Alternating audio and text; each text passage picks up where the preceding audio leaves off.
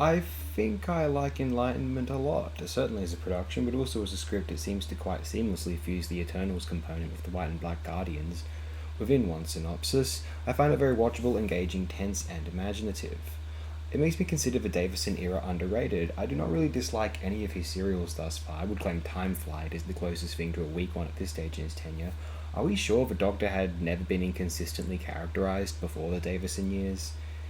In any instance, I find them very watchable and entertaining, at least on the surface. Perhaps 6 out of the 20 Davison stories are worthy of, say, the Hinchcliffe Holmes era, including this one, by the way. But then the Hinchcliffe Holmes era, 17 stories, had 9 really worthy of the hype anyway, even if many of the rest were at least very, very solid. Whilst I don't disagree that certain eras, at their best, are worthy of being considered superior to others, the overall consistency I might claim is questionable.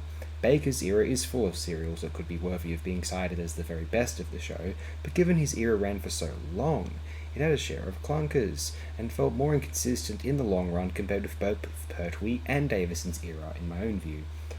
I'd rather watch possibly any Davison serial than, of the Hinchcliffe era, Robot, despite it featuring Tom Baker's magnificent introduction alongside a horrid robot King Kong plot, The Hand of Fear, despite it being Sarah Jane's moving departure, or The Face of Evil, despite magnificent jungle sets.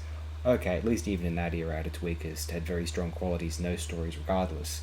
The Invisible Enemy, The Stones of Blood, and The Horns of Neiman, on the other hand, we'll see how Season 21 holds up, but as for Seasons 19 and 20, Time Flight is a little lesser. Some people hate King's Demons, we'll get to that, but I don't know. I find these fun, despite their sometimes undeniable weak spots.